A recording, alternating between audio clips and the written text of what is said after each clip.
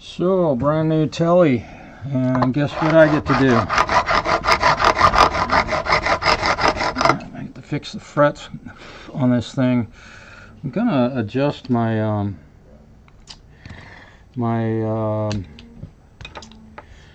think that's a 3mm. I'm gonna adjust the depth of my file a little bit here. I think that's my file is a little bit worn. So I'm going to lower the depth of it a little bit to be hitting on a different portion of the file. Let's see if I can do this. Hold that side up just a little. You probably can't see what I'm doing. My camera guy is drinking again. He drinks a lot.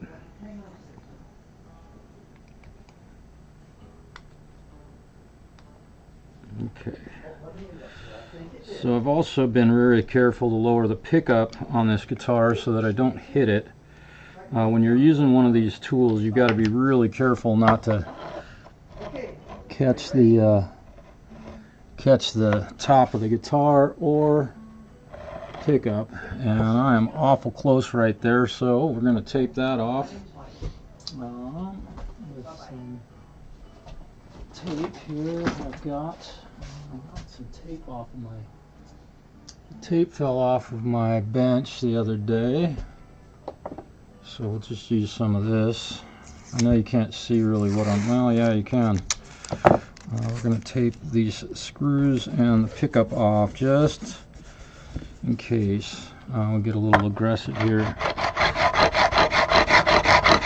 So what's happening here is the fretwork on this is really terrible, where the frets actually overlap the edge of the fingerboard and they stick out, and so they're grinding your fingers as you move them along the fingerboard. Really terrible fretwork. This is a Fender Telecaster. The frets up here are actually a little bit better. On the end of the guitar where somebody would pick it up at the shop and play it. This was ordered online, so it was bought sight unseen ultimately. And what I like to do when I'm doing this is take these frets down until I start seeing my wood being hit by my file. Then I know that at least the edge of this fret is even with the edge of the fingerboard, and I can still feel those frets overlapping. So I've got a bit of grinding to do on these. A little bit of elbow grease. Now also, when you're using one of these, you want to be careful about dragging it across your frets. That can happen.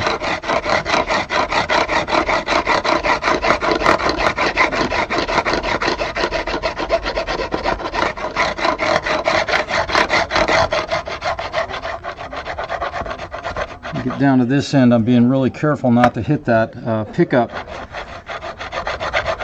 file.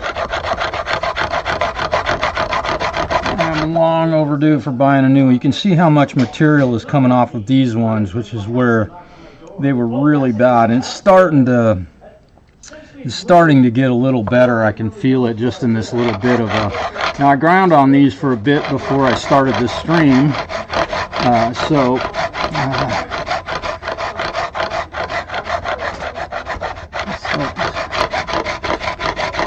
start to feel them start to shape up a little bit. We want this to be a custom shop telly, not a Indonesian made telly with terrible fretwork. Unfortunately, the quality control is really not too good. Let me see who's saying hi. Hello to people who've come. Donald, smash that like. Thank you, man. Donald, I should make you a channel moderator. I appreciate that. Hello from New Hampshire. Man, do I have a crazy guitar story for you later. Oh, good. Excellent. Donald, I appreciate you being here. Hello from New Hampshire. We're about as far away on this United States as we could possibly get. Welcome to Oregon. We are snowing outside. It's, well, we're not snowing yet. We did get some snow a couple nights ago. And it is definitely, winter has definitely set in.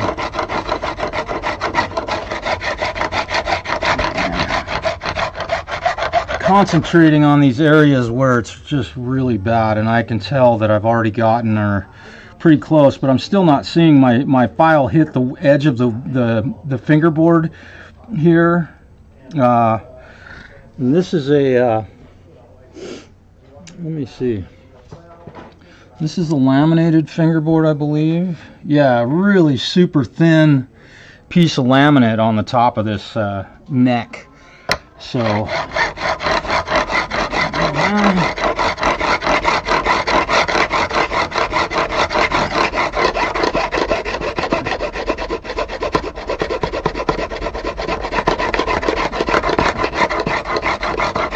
I bought some new speakers for here at my bench and attempt to get, I bought some really cheap ones. I think they're called E-Meets or something off of Amazon. Please don't buy those. They are absolutely terrible speakers. I'm going to switch back to my old mono setup here probably a little later today if I can get a few minutes to work on that.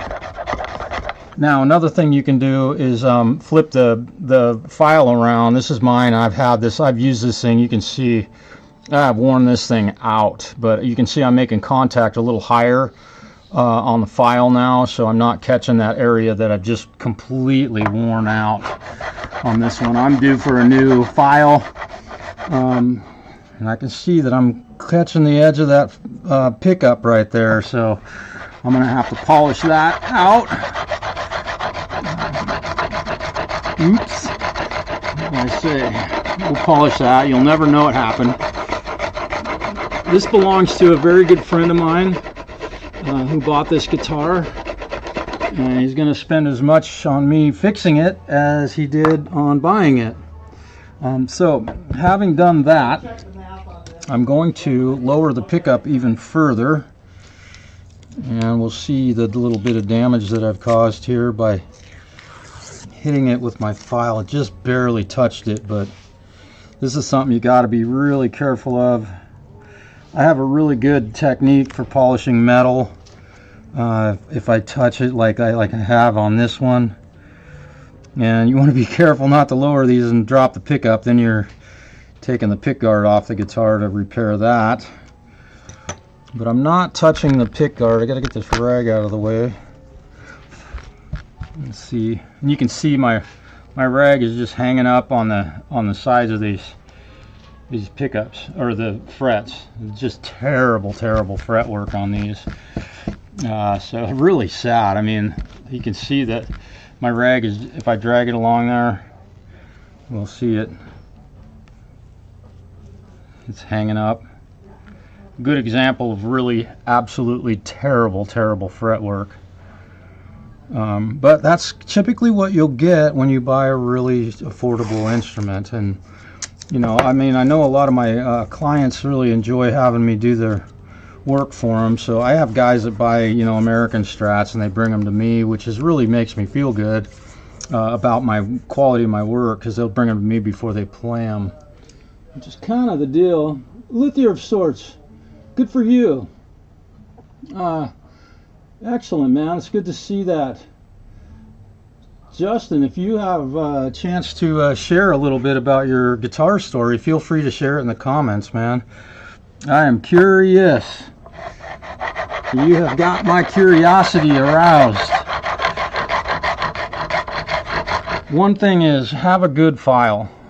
This one is definitely worn out, and so I'm having to work a little bit harder to do this than I should.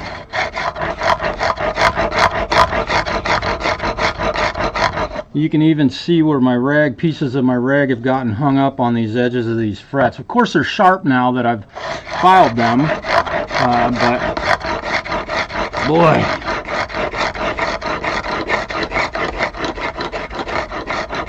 This is one of my least favorite things to do on a guitar, is doing fret edges, but I do them all the time. This is one of the worst I don't know, quality control pieces of guitar building that occurs. Manufacturers just do a terrible job on fretwork. It's very time consuming, and as you can see, it takes a little bit of elbow grease. And also, this is something that AI can't replace. I gotta say it. There's no machine that can do this as well as I can, or a human can. So my job is pretty safe. Folks who do writing or manufacturing of any kind, boy.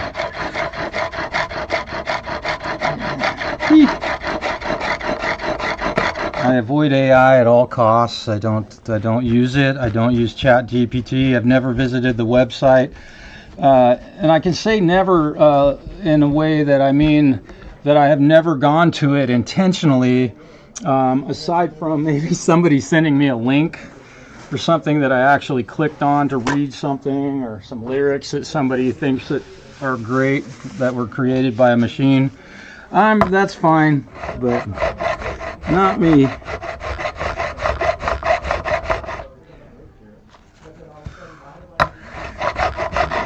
So this neck is definitely not sitting there level. You can see that right now.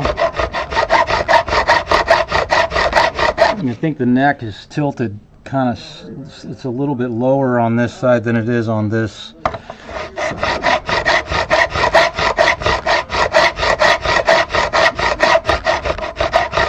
So I'm going to have to hand file.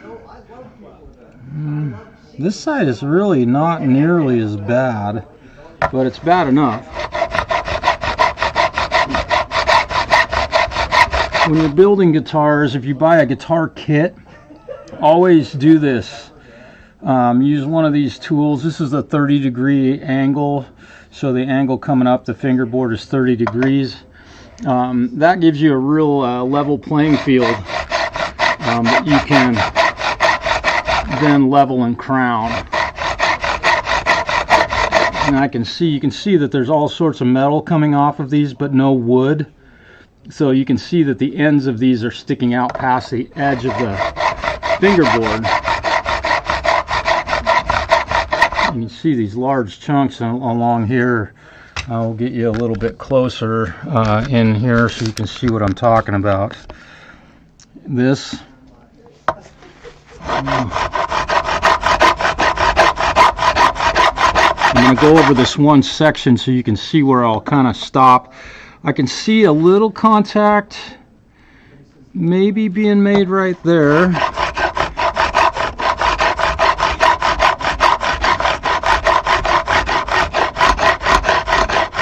And yes, I'll have to polish and crown these frets again. But boy, that is so much better than it was. And even though I said, you know, this side wasn't as bad, if I get up into this, these frets, I mean, it is definitely, I'm running my finger along the side of the fingerboard. This one in particular is really bad.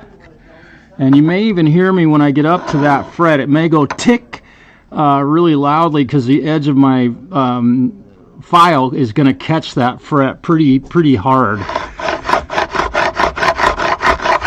And you can also, with this tool, you can hear, that wasn't so bad.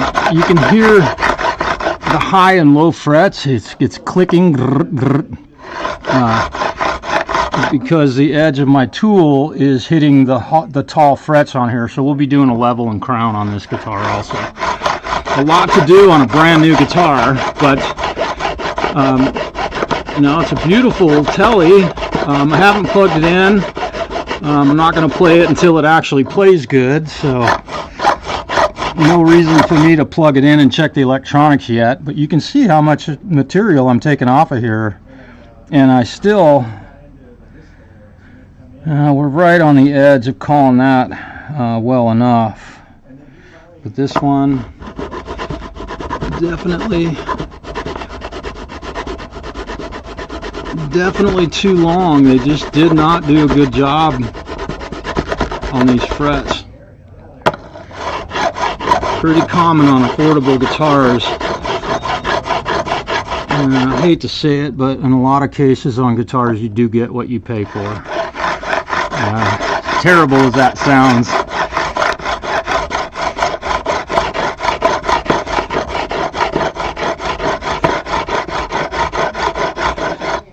Alright. Now we're talking. I'm checking both sides of this fingerboard. Okay, those are looking really good. Hope everybody's having a really great Tuesday. Let's see. AI, scary thing, yeah. Harley Benton. Oh yeah, 24T, pure style, and the neck is thicker on the bass side. Yeah, set neck build. The previous owner had a shop in Chicago set it up. Yeah, not a fan of AI. I avoid it at all costs, man. I think that it's going to destroy. It's destroying the intelligence of our world, literally. You're relying on that to write a paper in school. I mean, come on. Geez, I don't understand how people don't see the absolute vileness of it. But you know, that's another subject. Let's see. Debating a return, but that comes, let's see. The question of picks online, I have started W. The guys that clearly can't read. Some, yeah, there you go. I do my best to just comment on your posts. Sarcasm, ultimately. You're a poor lefty, man. Steve, hello, man. What's happening? It's good to see you. Thanks for dropping in. Okay, let's stay busy on this thing. So we're going to get out our corner rounding tool, and we'll take care of these edges to make them nice and round. I'm going to show you the process of doing that. I use a diamond file to do this. We'll get you here. Hopefully you can see clearly. The light looks pretty good. And these are medium. These are medium frets. So we'll start with this medium file, and we'll just round off the corners. Got to be really careful here by the body, so we don't nick that.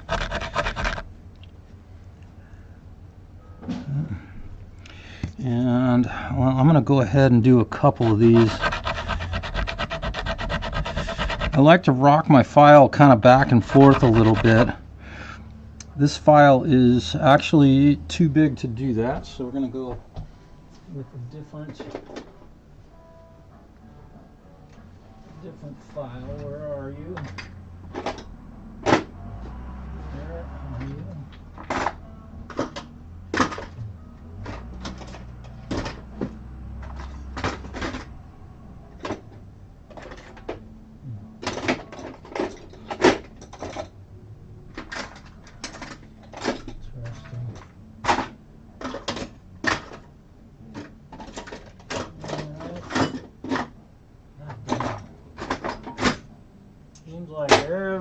Time I come back to work. Yeah, there you are. There we go. We got a medium file. I want the 150. I know you probably maybe can't. There we go. Now when you're doing this, you want to be careful not to take too much off of the top of the fret. You just want to round it over. That way your guitarist isn't pulling the strings off of the fingerboard. I'm going at a pretty steep angle right here, and I'm trying to match that 30-degree angle that I've started with my file. This is a very rough 150 grain file. It's diamond. I'm just rounding these off, as they would do at the Fender custom shop, or even then I don't know if they do it that like this. Probably using a robot, but it can't do it as good as me, or you, for that matter.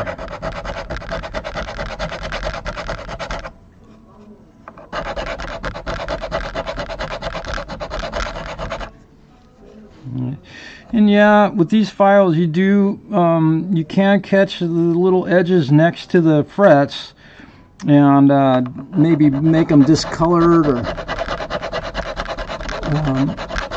you can see there's like little black tracers right there next to the fret.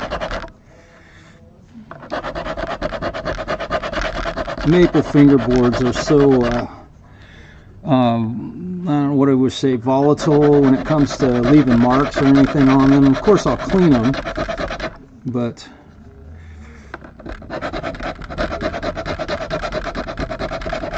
this is a lacquered fingerboard, so I can level and crown these without having to tape the fingerboard off. All of the material will not get into the wood grain.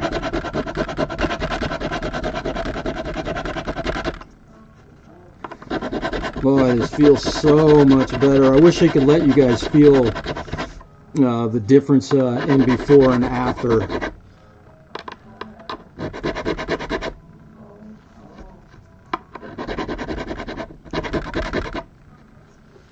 Boy, that is so much nicer. Now I'm rolling my fingers like along the, like really onto the frets to really feel that, and they are nice now. That's what they should be like, and they should be sold like that. There's no real good reason, aside from maybe the computer program wasn't accurately set up, which is probably the case on this one. Let's see. Put new frets on my 40-plus-year-old Guild Acoustic. Nice. Yeah, they gotten pretty pitted. Boy, that happens, dude. If you're playing a lot, that is a definite thing that we got to do. Now I'm going to move my camera a little bit, and we'll go over this side of the fingerboard with the same file, and I'm just going to come over to the other side of my bench, and we'll begin work on these. The young man who owns this guitar is a really cool dude, and I've done a lot of work for him. He has a couple of really cool guitars with decals on them that are take me back to my childhood. He has some stickers from Portland radio stations, Portland, Oregon radio stations that were just a part of my formative years in the music world. Playing guitar. Oh, my head's right in the movie, isn't it? Here we go. Try and get as close as I can. I can't zoom real well with this camera, but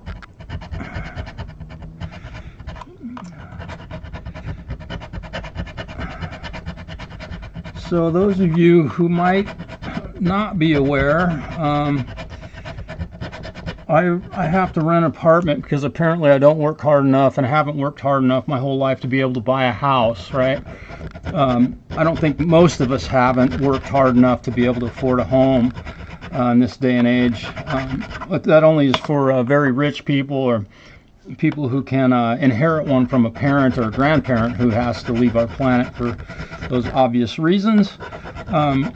So I have to live in an apartment building, and one of my neighbors started a fire in his apartment across the hall from mine, and some of my stuff got damaged. I lost a phone that I had to replace with my own money, and the building has been, I probably saved the building, I don't know, maybe $1 million worth of damage by fighting the fire, calling the fire department in time.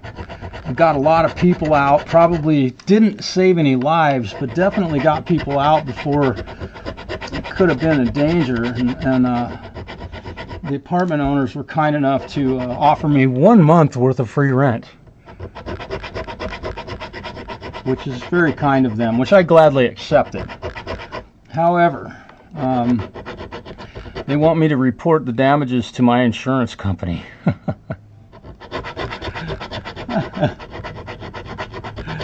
like any of it was my fault, right? His insurance is supposed to cover that, and it will, but I just feel like, again, insurance companies, which I believe are the biggest organized crime syndicate on our planet, are just trying to screw me, which they will. You charge you a deductible to fix something that you didn't break, and then, you know, that's cost more than what the item is that you got damaged. This is pathetic.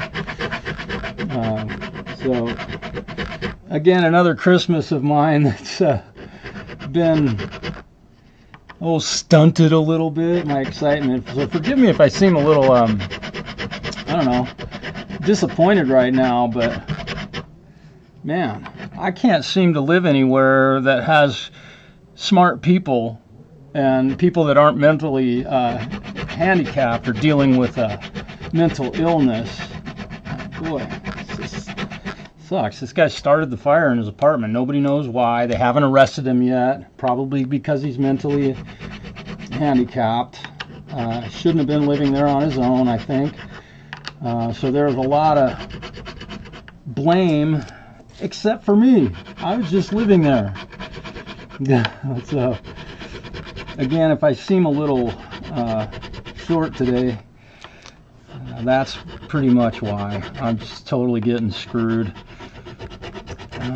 Which I haven't hired an attorney yet. I haven't hired one yet, and I don't want to have to do that, but it's looking like I'm going to have to. And most attorneys aren't interested in anything that's going to be a settlement under about $500,000, which this is nowhere near that. I don't deserve that.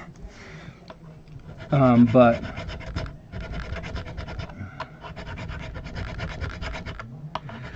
it is a fact. I'm using the 300 grit side of this now to help smooth out these edges and get up in this area, and being really carefully to not hit the pick guard. And then I'm going to go back over to the other side, and I did not go over this side of the fingerboard with the 300 grit yet, so we're going to smooth this out a little bit. I can see it really looking much nicer now.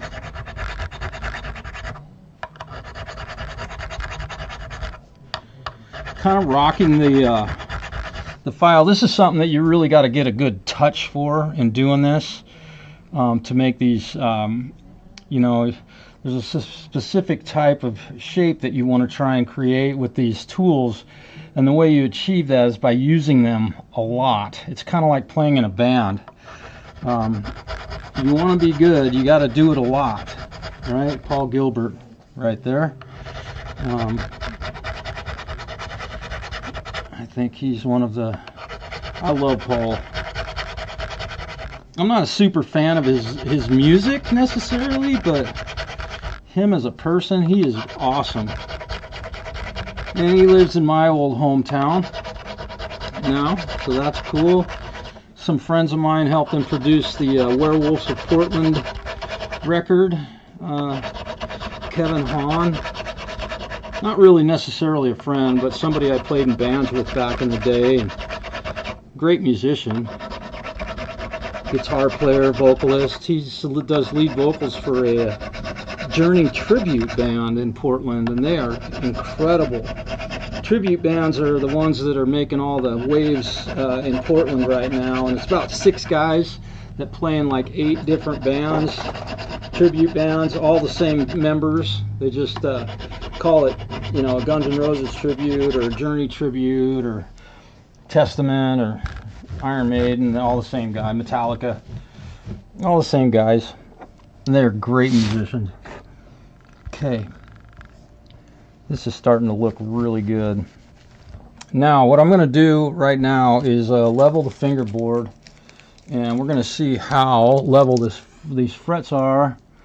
Frets fully sprouted, yeah. Let's see. Yeah. I put in front. Yeah. Don't never apologize. Nah. Boy, Donald, I would love to, but welcome to small town America. They are not interested in taking on a case that they will assuredly win, but it's not worth that much. So I figure they feel like their $7,000 a minute wage is not worth taking on to help someone. You know, I guess. I don't know. That's an interesting question. I live in a very small town, kind of in the middle of nowhere, and there aren't a lot of attorneys around ultimately. Alright. So this thing has a pretty steep underbow right now, so we're going to use our, should be a 4mm. And we are going to tighten the truss rod a little bit, hopefully, to level it out. There we go.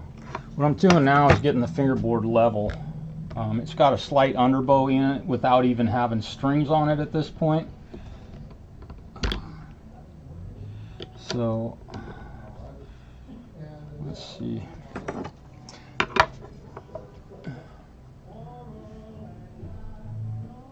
Boy, that thing responds really nicely. The truss rod in this is really reactive. That was actually too much. It's a tiny little move. Boy, okay, so I'm going to check both sides. We still got an underbow. Still a little bit of an underbow. It's got an underbow right in this area, meaning it's got a swoop in it like that.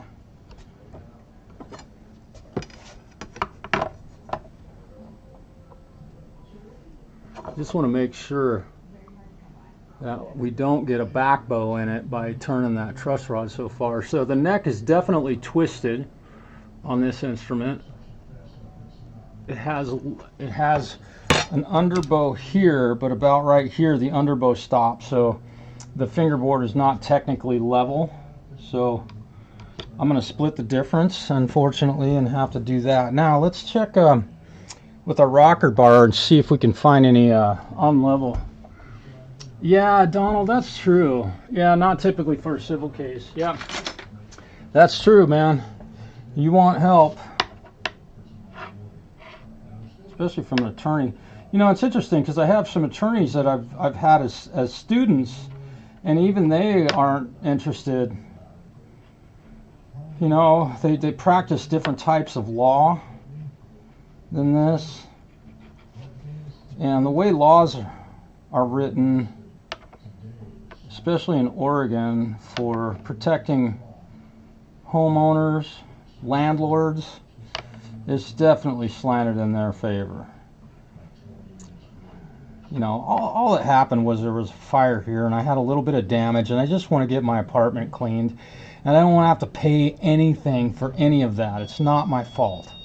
I don't think that's being too expectant, right? Again, I didn't start the fire. I didn't even know the guy who started it. And the dude assaulted me at the doctor's office the other day on top of everything else. So, and also this homeland level, this portion of it is not level. It's actually got it's got a bow. So I'm gonna not use that portion of it. If you look, it rocks. You can hear it rocking. It'll rock everywhere, except for right there, because that fret's probably low.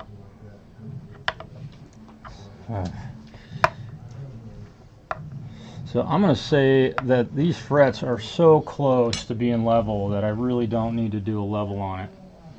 So I've gotten these fret edges nicely rounded off, and they're no longer poking somebody in the hand. So I think what I'm going to do is take some 600 grit and I'm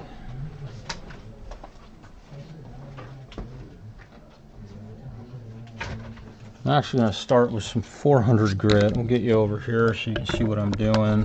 Hopefully my camera. So anyway, I've had some terrible luck in my life when it comes to living in places that get burned, and this is the second fire I've been through. Yes, I've lived in a place with people who are mentally incompetent that start fires. God, I would kill to own my own home. I wouldn't kill, but boy, I sure would love to. I could avoid all of this stuff.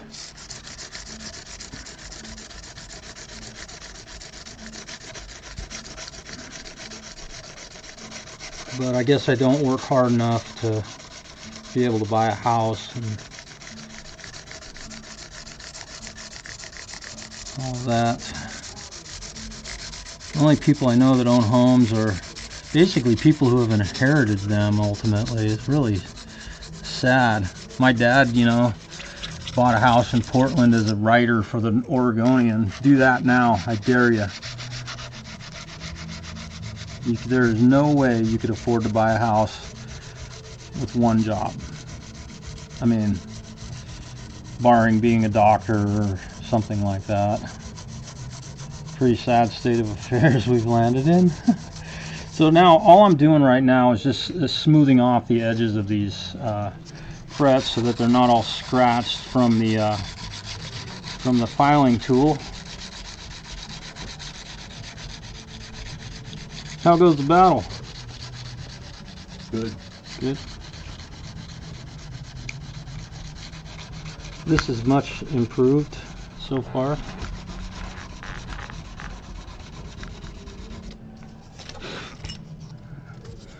Go back over this side. This is 400 grit. I went ahead and used 400 grit.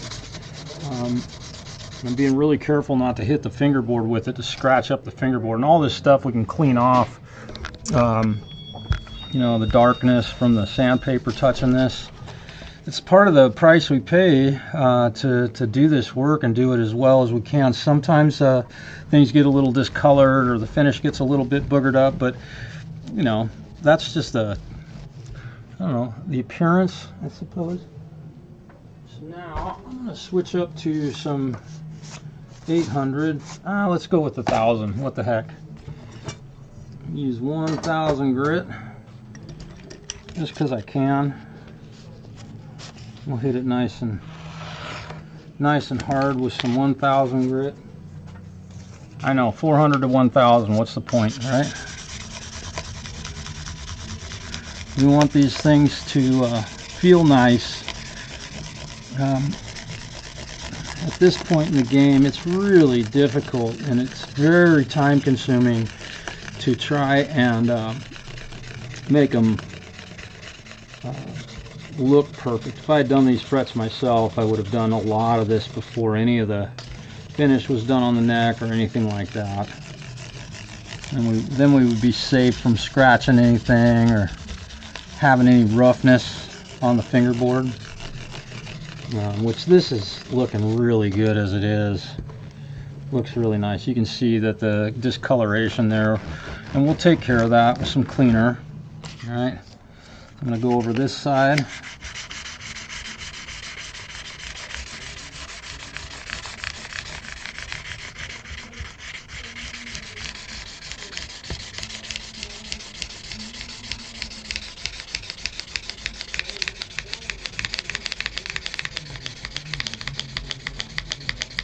And I know the young man who owns this guitar is, he's not terribly picky about the appearance of his instruments when it comes down to it. So, not that that gives me an excuse to do a sloppy job, which I would never do. However, he also realizes that I've done this on other guitars of his, and I had him come down and look at him, and he's like, that's just fine. So I know what he'll accept when it comes to how tidy and clean this has to get. If this was a 59 Les Paul, you would not see me doing this. or you know, a real valuable guitar. I try not to treat any of them differently, but I also try and make things affordable for my clients. So sometimes we have to stretch the rules a little bit, you know. There we go.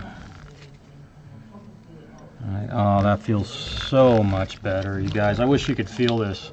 All right. Now we're gonna try some Roncinol on this and just light it on fire. Here we go.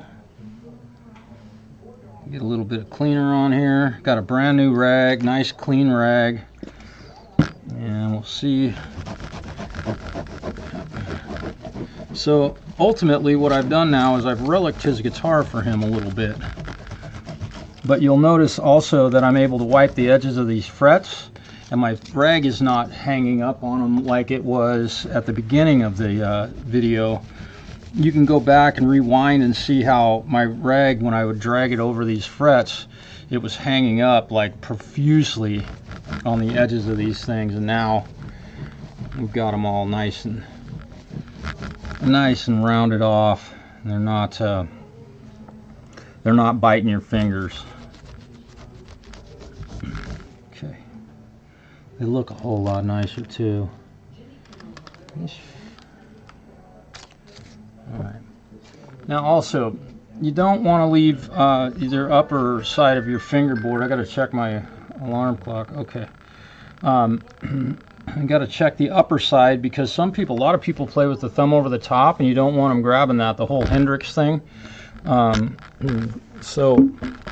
just want to make sure that you get both sides equally rounded off and level and not poking out. I call them cheese grater frets is what I refer to them as, because they act like a cheese grater on your fingers. Alright.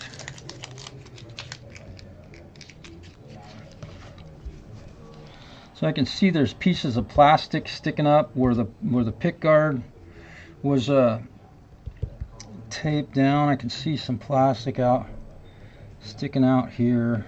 Try and get that's one spot. That looks like the only one.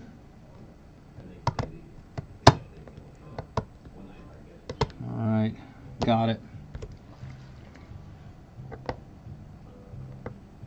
Alright, you see what I'm doing there? Picking up on that pickup so that we don't have that plastic sticking out. That just looks cheesy in my humble opinion. Alright, don't leave the plastic on your pick guards. The body cavity covers, if you leave it on there for a while, you will have a hell of a time getting it off. Okay, so he wants to put 10s on here, and I have again, we've done the fret work on this. Before I do that, I'm going to polish these frets real quick. We're not going to level and crown them. I think they're level enough. I thought I might have to do that, but we're going to go ahead and polish them once. And I use semi-chrome. Whoop. That's like 80 times more than you actually need. There we go.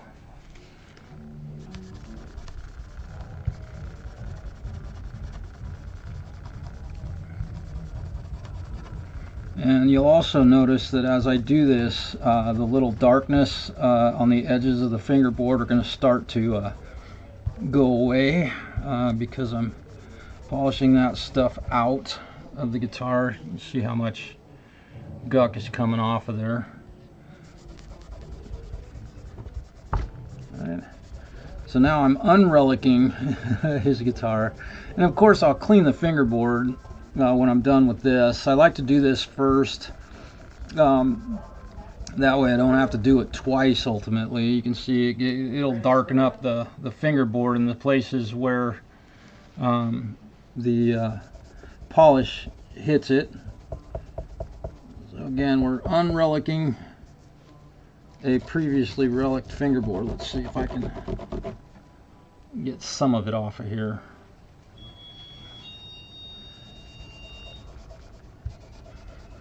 I'm hoping you can see what I'm doing here. I'm trying to keep my camera guy focused.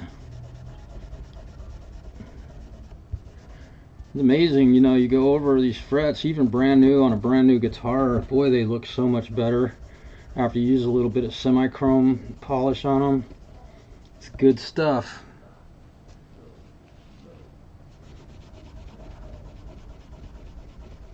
Yeah, these frets look really good. My file did not scuff them up as it can sometimes. They must have used some fairly hard material for the frets on this one. I don't know whether nickel steel, I'm guessing. Alright. And now we're looking a little bit better. Now if I had done this prior to rounding and filing these ends of these frets off, you'd see pieces of cloth stuck in the corners or the edges of these frets, and these are so much better now. All right, so now where's my cleaner? Got some here. We're just gonna go ahead and wipe off get the guck off of it, and then we'll put strings on her. So that's my first stab at cleaning this thing up. And let's see.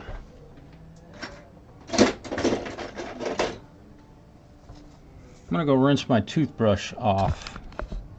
I used it this morning and that's what it's turned out like, so I better go rinse her off in the sink.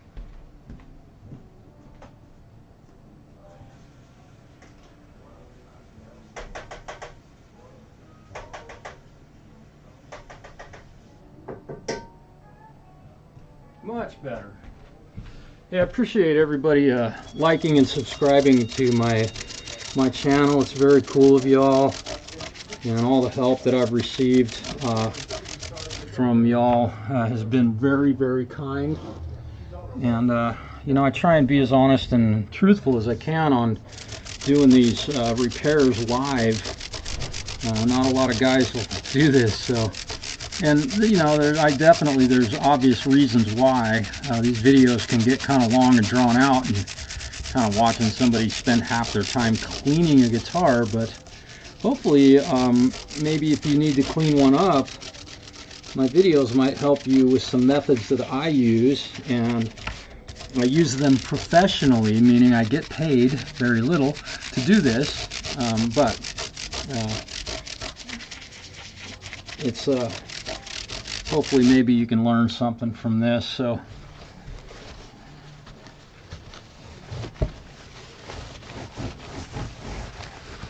there we go. It's looking sweet. Now after you clean the top of the fingerboard, here's the one very important thing to be sure to do, and that's wipe the back of the neck off. Flip the guitar over and make sure that you've gotten all of the cleaning agent off of the back of the guitar neck.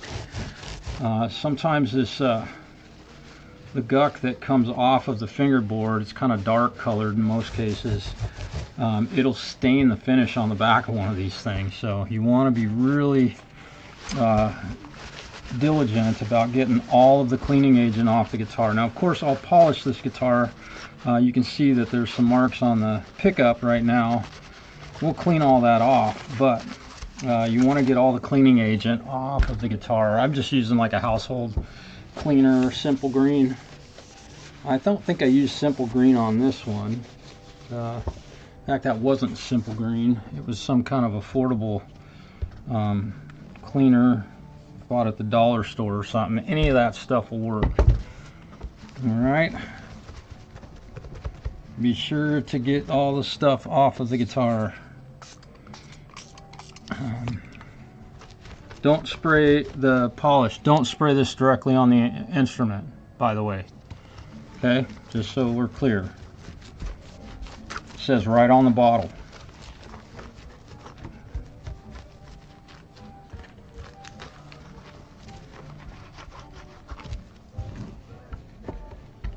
I'm up at the headstock, making sure I got any of the little spots that got splattered when I was using my toothbrush clean. Get all those little specks off of there, and then we'll clean the let's see. Oh, my phone's a little bit wonky. Go into these little areas and get all that stuff out of there. You'll leave little specks on the instrument, and it can be hard to get off if you let it sit for very long. Again, you got to make them worse before you make them better in most cases. All right. Joe McGraw, hello, man. Good to see you. Usually nickel. Yeah. Let's see. We didn't start. Yeah. Thanks, Donald. I appreciate that, man. It's very kind of you. All right, let's put some strings on this and start the setup process. Now, I'm going to have to end the stream here probably about the time I get strings on this. So you've seen people put strings on guitars 1,000 billion times on YouTube. And there's 85,000 different ways to tie your strings in a knot on YouTube, and that is not the way to do it. I'm telling you, there's no reason to ever do anything but what I do. It's the fastest, easiest way to do it that I've ever found. I've done it probably, have had guys, I've had guys request that I put strings on their instruments, I mean literally 50 different ways. And that's fine, but if you want to tie knots in your strings, go for it. You obviously don't play professionally, is what I can say about that. You want to, if you're playing and you break a string, or just noodling around and break a string, you want to get that string off of there and put a new one on there and get playing again quickly. All right. So again, my method is the best way, and pretty much, not pretty much, it's the only way I will do it unless somebody asks me to do something different. And here is how we do it with this type of and I just realized that this nut is not cut wide enough, so we're going to address that right now real quick. So I take my pencil and I'm marking the bottom of the slots so that I can see that I've made contact with the bottom of the slot, so I don't go too far when I widen these nut slots out. They're too small for a set of 10 gauge strings on this, which is what the owner wants. All right. Again, we got to make them worse before we make them better. All right, so now I can see that I've got the bottoms of those nuts slots colored. And if you're going to file on a nut, have the proper set of nut files. This is a set for 10 to 46, so I'm going to hit this one. I take a little bit off the back side to kind of create an angle, being careful not to hit the headstock with your file. And I'll show you this kind of up close. You can see that I've nicked the very back edge of this, and I know this is probably really loud, but when I'm talking, but you can see that the center of that has a little bit of ink or lead left in it, so I know that I haven't cut the slot as low as it was cut at the factory. Now I don't know if that's correct yet, but that's why I use the number 2 lead or graphite, whatever, to do this. And then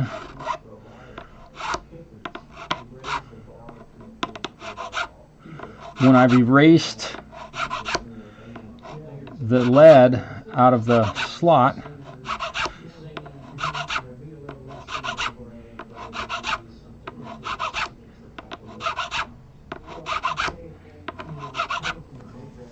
and now you can see that the lead is now gone from that slot, and I haven't gone too deep at that point. Now each file has 2 different sides on it. That's a 46, so now we're going to go to the 17.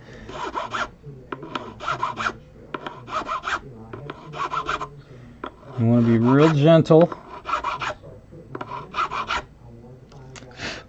And there's that one. So you can see how I'm doing this to make sure that I'm not going too far. We've got a 36 and a 13.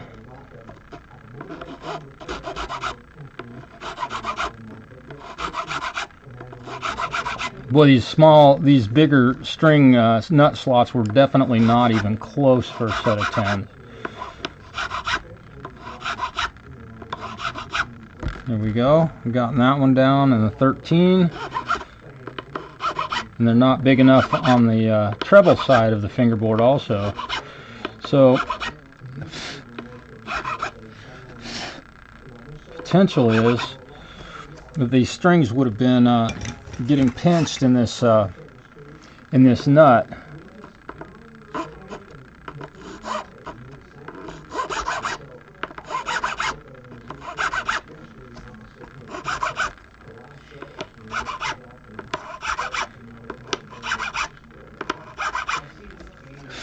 then 10. That was a 26, and this is a 10.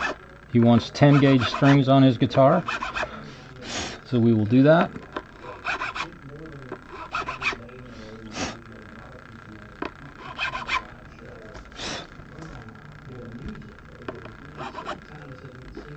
There we go. Alright, now you'll notice that the string sits fully flush into the nut slot. Alright, 2 wraps, poke it through over the top of your wraps, pull it taut, and tighten it down. Where's my string winder? Oh my goodness, I knocked it on the floor, I think. No, I didn't. I set it down right here in front of my face. Oh, and before I do that, I want to check the hardware real quick. We're going to cinch these up. This is something I think that everyone should do every time you change strings. Just snug these up. You don't have to go manhandle Arnold Schwarzenegger these things. Just snug them up. If you tighten them too tight on a nitrocellulose lacquer, you'll crack the lacquer. Ask me how I know. I own a couple of Les Pauls. Sadly, I wish I'd bought anything but those, but there you go. I'm not a fan of the Gibson Guitar Company anymore. After they ran over guitars with a backhoe, or a track hoe I should say, that kind of ruined it for me. Alright, so again, look at how well those strings fit in those nut slots now. We know they're not getting pinched. And they should be at the same string action or first fret action as they were from the factory. And as I'm putting the strings on, I try and have them be at least close to in tune with one another. I don't have perfect pitch, but I have good relative pitch, and I can usually, whoop.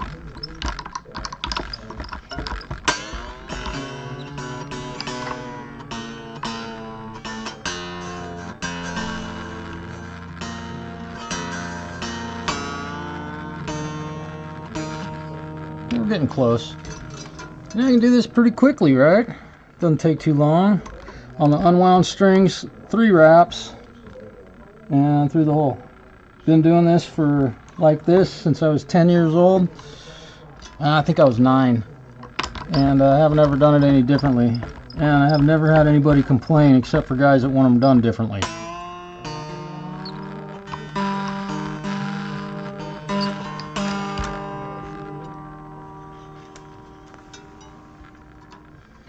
And we're going to get an idea of what this thing sounds like here in just a moment. 2, 3 wraps, nice and tidy. Use your fingernail to push the wraps down so that you can get your string fed through the hole.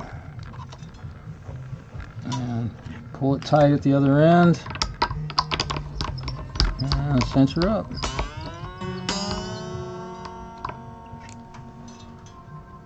Should be pretty close. I think I'm a little bit flat. I think. 1, 2.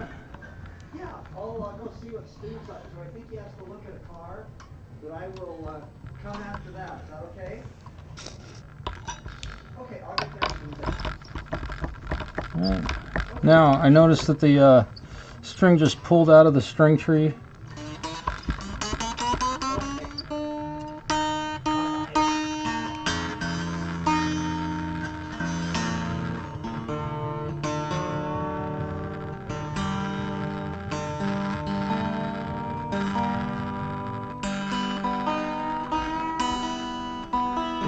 Let's see how close I am. Oh, my tuner is on my guitar in the other room. Alright, we'll plug her in and see how she sounds. I need to fire up my, let's see. Boy, that was close.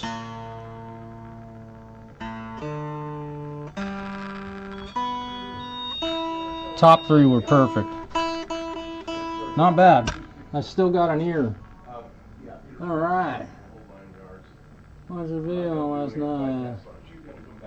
StewMac post wrap. Oh, they put the. They put the. You mean they do the treble E to the low E, or they put the something like that? Yeah. We're gonna see what this thing sounds like now. See if it works. And forgive me, I don't have my sound set up. Well, I'm going to have my sound set up here in a moment so that you can hear this thing through a nice amp sim. I'm going to use the Morgan amp suite from NeuralDSP. It's a telly, and they're commonly used in anything but metal. So most of the other Morgan, I'm going to be playing through a Princeton reverb, and let me see, audio input capture, got to go to my audio input capture, and forgive me, I've got to make an adjustment here. I'm going to see if I can do this. I opened up my, Reaper after I opened up OBS, and in doing that, OBS doesn't hear Reaper. You have to open up Reaper before you reroute. 1 and 2 should be client 1, client 2, and we hit OK, and all audio input capture. I don't know if this is going to work. Probably not. I'm going to have to delete that. Let's see. Yes, I would love to share with you how annoying this is that OBS can't register that Reaper is open and hear the audio input. It's astonishing how complicated they've made this. It's amazing. We can put a man on the on the moon. All right. Add new audio input capture. Okay. Device. Reroute. We'll see if this works. 1, 2, and we hit OK. Okay, I can hear it. Why am I not hearing it? Okay, so apparently,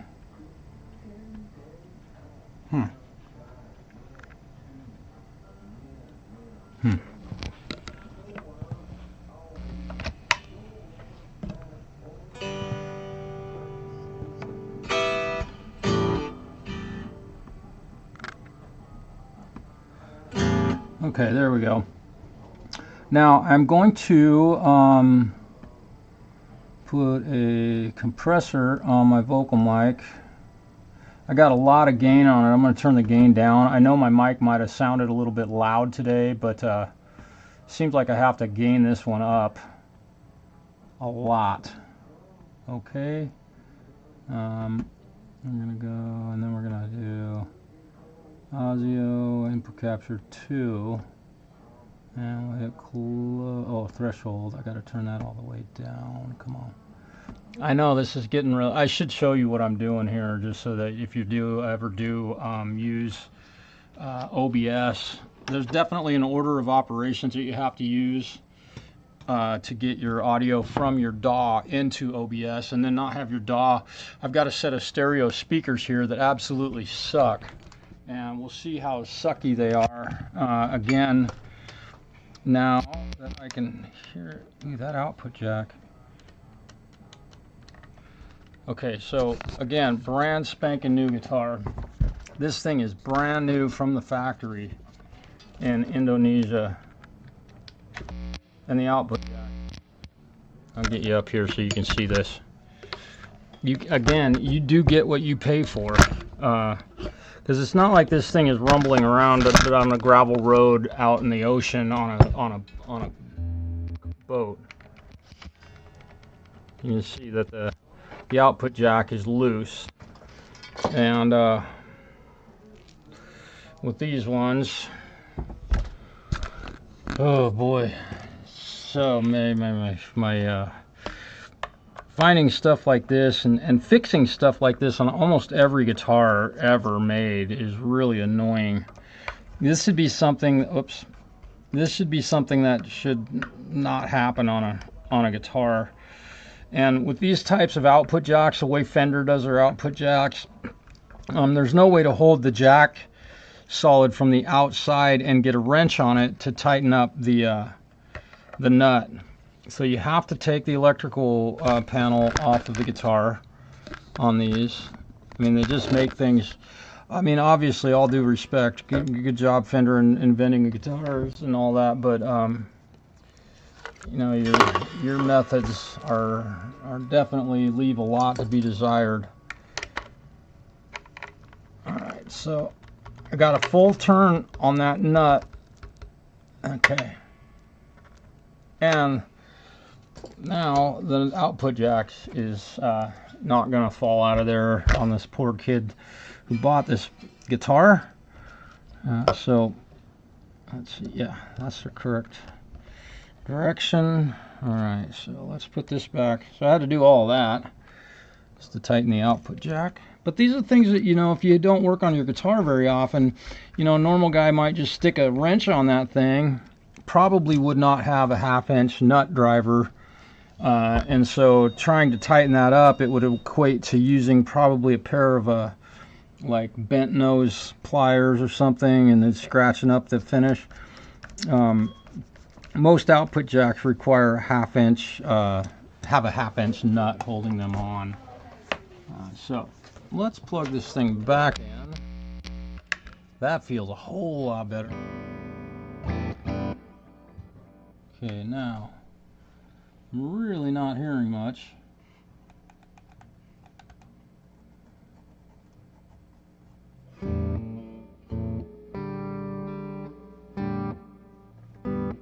Okay, I'm going to turn the volume up on these speakers a little bit.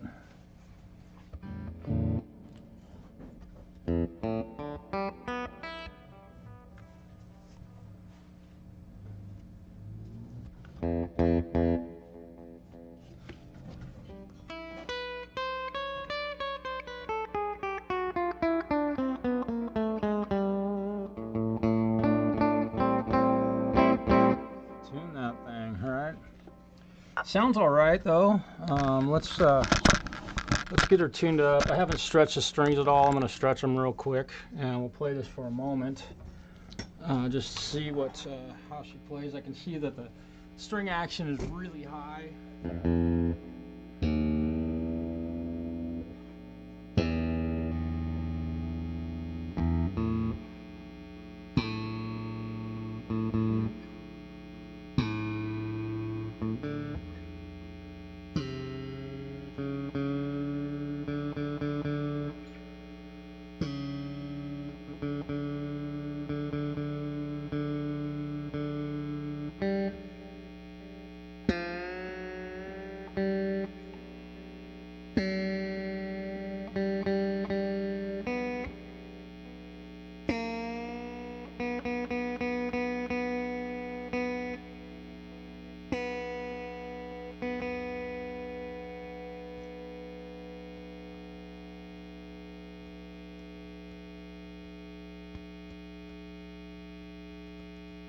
About the pickup height, I'm guessing right now.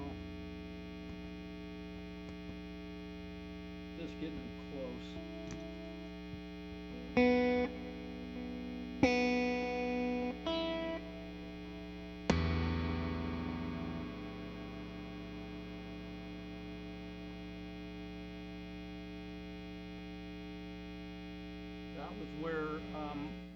that broke. That string broke where Ernie Ball had joined two ends of the wire together, literally. And it's not the first time I've encountered that. It happens once in a while, but yep. I don't know if you'll be able to see that, but I can tell that that was where they had joined the two ends together. There's a little bit of a what do I want to say it? There's a fat spot on the end of that string.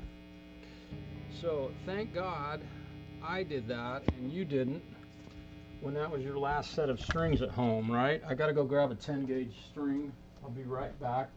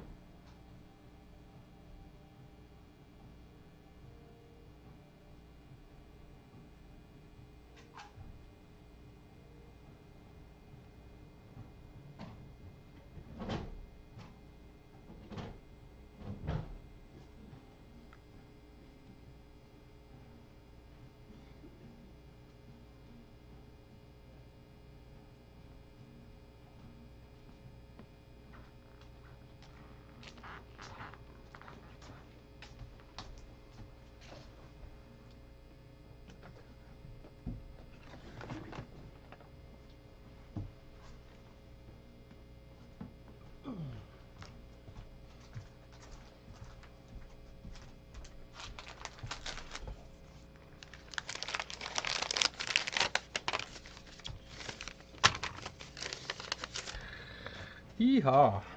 This is so awesome. Remember, folks, this would not happen to you. This only happens to me because my name is Marshall, and I was born on a specific day, at a specific time, in a specific place, to a specific person. This will never happen to you, I promise. Promises you can't keep.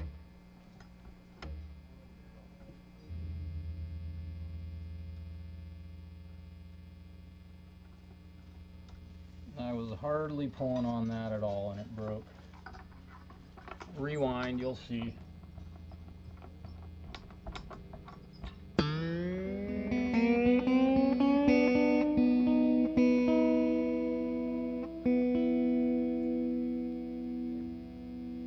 Let's try this again.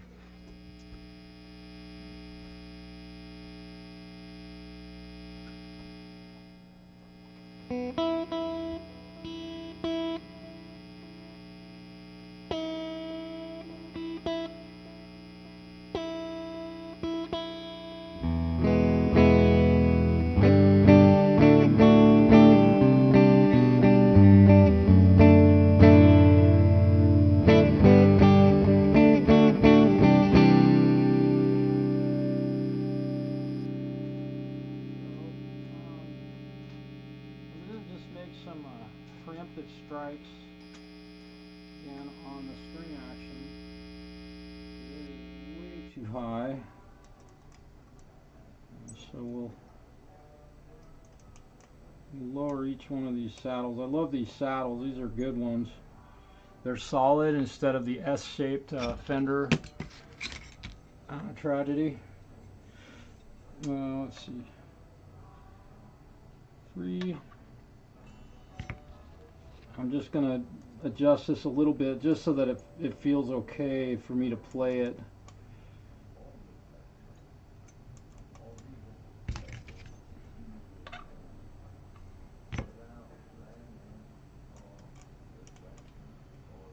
String action was just really way too high.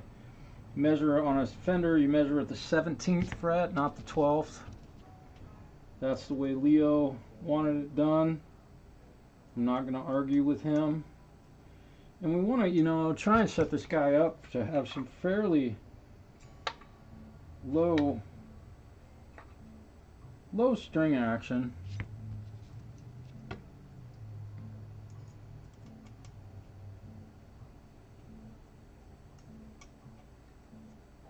Now I'm turning each one of these saddles the same distance on both feet,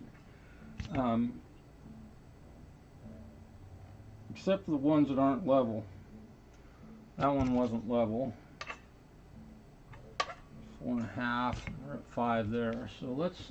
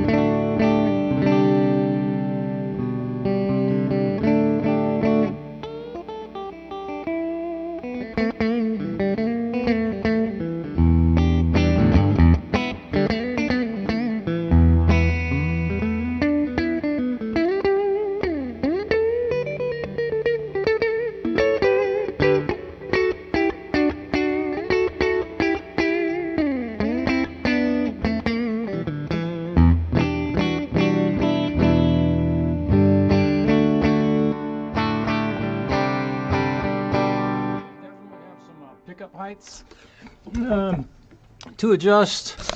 Still have a little bit of intonation to do,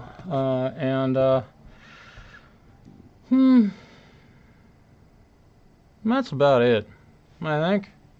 Hope y'all hopefully have learned something, saw something new today that you hadn't thought of. Maybe putting strings on your guitar, or how to edge your frets, or maybe a tool that you don't have that you could use. Maybe the way that I do something might help you fix your own guitar. It can get expensive, believe me, I know. Go back to my stream. Again, I want to say thank you to everybody who tuned in today. It's time for me to go eat some lunch. Normally I would have a student right now, but he took today off. He has some school activities that he's involved in. A little extra noise, yeah. And also, the noise here is because of massive amounts of fluorescent lights and terrible electrical service in this building. The electricity here is dirtier than anywhere you could ever possibly hope to live. So I don't have a noise filter on the electrical circuit, but I know if I plugged one in here, most of the noise that you're hearing on the stream would vanish. And also, and I can prove that, I'm in the middle position right now. There's your noise, right?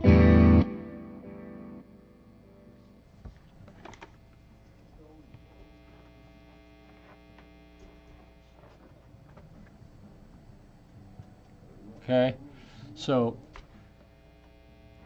fluorescent lights. All right, that's where the noise comes from, and single coil pickups are notoriously noisy. But you know, complaining about that is really like complaining about an Eric Clapton record, right? Or a Pink Floyd album. Although they probably didn't have quite the same amount of noise that I am blessed with here at my shop. So yeah. Yeah, the guitar sounds pretty good. I'm not a huge Tele fan. I'm not a fan of single coil pickups, and most of my guitars don't have them. So, but you know, they are one of the most iconic guitars in the world, and they've been recorded on hundreds, thousands, hundreds of thousands, and today probably 18 billion songs. By now 18 billion probably. I wonder how many songs have been recorded in humankind now, especially over the last 10 years. How many would you guess? That would be my question. Let's say in the last 2 years, how many songs have been put on YouTube alone, not Spotify? Yep.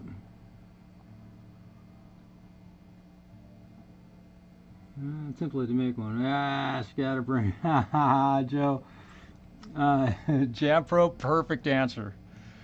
And you know, I get asked quite often why I haven't released any new music lately. It's because I don't write good music.